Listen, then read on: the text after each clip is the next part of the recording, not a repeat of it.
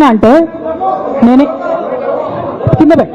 నేనేమంటున్నా అంటే ఇప్పుడు ఈ నేను మాట్లాడే ప్రెస్ మీట్ చూస్తున్నటువంటి రాజకీయ నాయకులకు కావచ్చు, బీఆర్ఎస్ పార్టీకి సంబంధం లేని వ్యక్తులకు కావచ్చు, వాళ్ళకి ఒక ఎంటర్టైన్మెంట్, ఇది ఒక వార్త. కానీ నాకు నా లైఫ్, మా బీఆర్ఎస్ పార్టీ కార్యకర్తలకు వాళ్ళ లైఫ్. సో నేను చాలా తీవ్రమైనటువంటి బాధలో గంభీరంగా ఉండి మాట్లాడేటటువంటి ప్రయత్నం చేస్తున్నాను. నేనేమంటున్నా అంటే కుటుంబంలో జరిగినటువంటి అనేక అంశాలను నేను చెప్పను కూడా, ఎందుకంటే అది ప్రజలకు అనవసరం. అది నేను ఆ బాధను పంచుకుంటే మీరు తట్టుకోలేరు కూడా. నేను చాలా గట్టిగాని మొండిగాని భయాన్ని కాబట్టి తట్టుకొని నిలబడ్డా, కానీ నా ప్లేస్లో వేరే వాళ్ళు ఉంటే తట్టుకోలేరు. సో కుటుంబంలో ఇంటర్నల్ విషయాలు నేను మాట్లాడతలేను, ఓన్లీ పొలిటికల్ ఇష్యూసే నేను మాట్లాడుతున్నా. పొలిటికల్గా నన్ను సైడ్ లైన్ చేసి, నన్ను సస్పెండ్ చేసి, పార్టీకి అనుక్షణం నష్టం చేస్తున్న ఆ ఇద్దరు వ్యక్తులను, వారి గుంపును, వారి ముఠాను పార్టీ ఎట్లా మోస్తుంది అనేటటువంటిది నా ప్రశ్న. సరే, నిన్న మొన్న ఆ గుంపుకు సంబంధించిన వ్యక్తులు అన్ని చోట్ల నా ఫ్లెక్సీలు చింపేసి నాకు దిష్టి బొమ్మలు, శవయాత్రలు ఎందరో వేసిరట. ఈ ఉత్సాహం కేసీఆర్ గారి మీద సిబిఐ ఎంక్వైరీ చేస్తా అని రేవంత్ రెడ్డి గారు అన్నప్పుడు ఎక్కడ చచ్చిపోయింది ఆ ఉత్సాహాన్ని నేను అడుగుతా ఉన్నా. ఎందుకు చేయలే రేవంత్ రెడ్డి గారి భవనాలు, దిష్టి బొమ్మలు ఎందుకు చేయలే? ఏం అండర్స్టాండింగ్ ఉంది మీకు?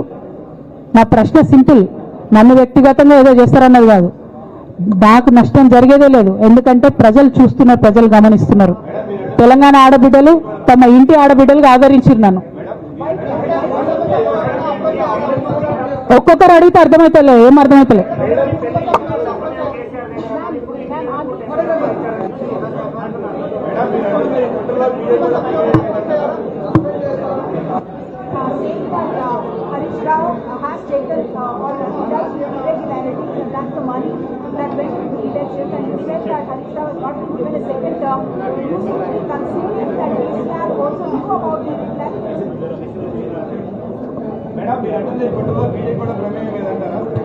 నేనేమంటున్నా బ్రదర్, కుట్రలో ఎవరి ప్రమేయం ఉందన్నది నాకు తెలియదు. నన్ను సస్పెండ్ చేసిండ్రు. బీఆర్ఎస్ పార్టీకి, తెలంగాణ ఉద్యమానికి, తెలంగాణ ప్రజలకు 20 సంవత్సరాలు నా జీవితంలో కష్టపడ్డా కాబట్టి ఒక అపీల్ చేస్తున్నా నేను ప్రెసిడెంట్ కేసీఆర్ గారికి, వర్కింగ్ ప్రెసిడెంట్ కేటీఆర్ గారికి. మన కుటుంబాన్ని విచ్ఛిన్నం చేసి పార్టీని హస్తగతం చేసుకోవాలనే కుట్ర జరుగుతుంది, దాన్ని తిప్పికొట్టండి. అవినీతి తిమంగళాలని బీఆర్ఎస్ పార్టీలకు వెళ్ళి తీసి బయటపడేయండి. అల్టిమేట్గా ప్రజలకు సేవ చేసే దాంట్లో మనం ముందుకెళ్లాలనేది నా ఆలోచన.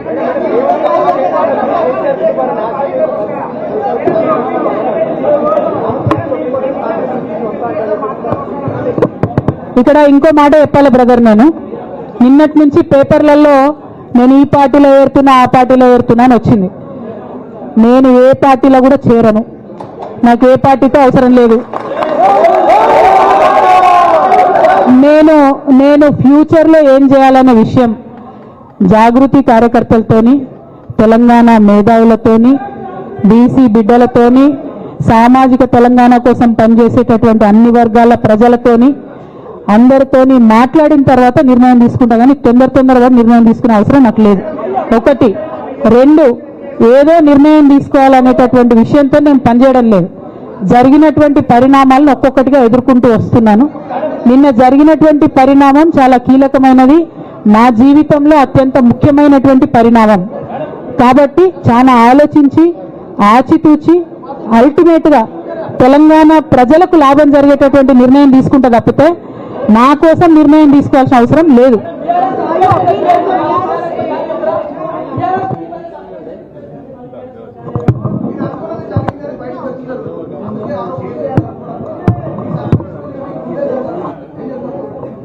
నాకెట్లా తెలుస్తుంది సస్పెన్షన్ గురించి?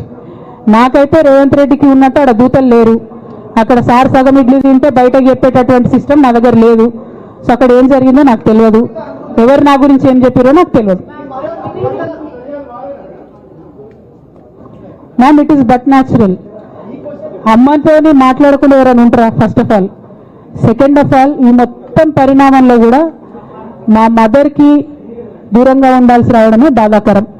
ఇంతకు మించి బాధ ఇంకోటి లేదు. పొలిటికల్ పొజిషన్స్ వస్తాయి పోతాయి, ఇవి వేస్ట్. ఇవి అమ్మలేని లోటు ఎవరు కూడా తీర్చలేరు. ఆ ఒక్క బాధ తప్ప ఇంకేం లేదు. ఇది మాత్రం నా ఇంటిగ్రిటీ నిరూపించుకోవడం కోసం నేను రాజీనామాలు చేస్తున్నాను. నాకు పార్టీ వల్లనే ఎమ్మెల్సీ వచ్చింది, దానికి రాజీనామా చేస్తున్నా. నేను పార్టీకి నష్టం చేసినాను అని చెప్పి పార్టీ నాయకులు మా నాన్నగారు భావిస్తున్నారు కాబట్టి పార్టీ కూడా రిజైన్ చేస్తున్నా.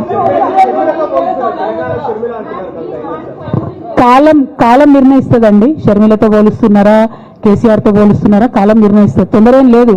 నన్నేదో అవమానం చేయాలి, నన్నేదో అనాలి అని ఎవరు పడితే వాళ్ళు మాట్లాడే అడ్డమైన మాటలకు సమాధానం చెప్పాల్సిన అవసరం కూడా లేదు.